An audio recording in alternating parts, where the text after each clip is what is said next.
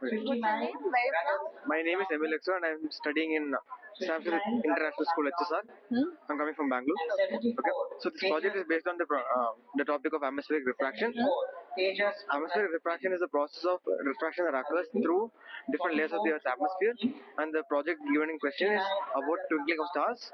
So twinkling of stars occurs due to the fluctuation of the light rays entering into our eye. Our Earth's atmosphere consists of several particles, and these particles are constantly moving, and these particles play an important role in creating the fluctuation in the light rays entering into our eye. So what happens is that due to the fluctuation in the light rays, the star appears to be brighter and dimmer in certain instances. And this is what causes the Twinkling. twinkling. And that's what is shown over here. In the project consists of three main components. One is the light source. The second is the moving component, the disk. Each hole in the disk represents each particle in the atmosphere, and it can be set in motion. And the last component is the lens. The lens serves the same purpose as the Earth's atmosphere, and most of the refraction occurs in the lens itself. So where we're supposed to view it? From that corner? Yeah, where we from that.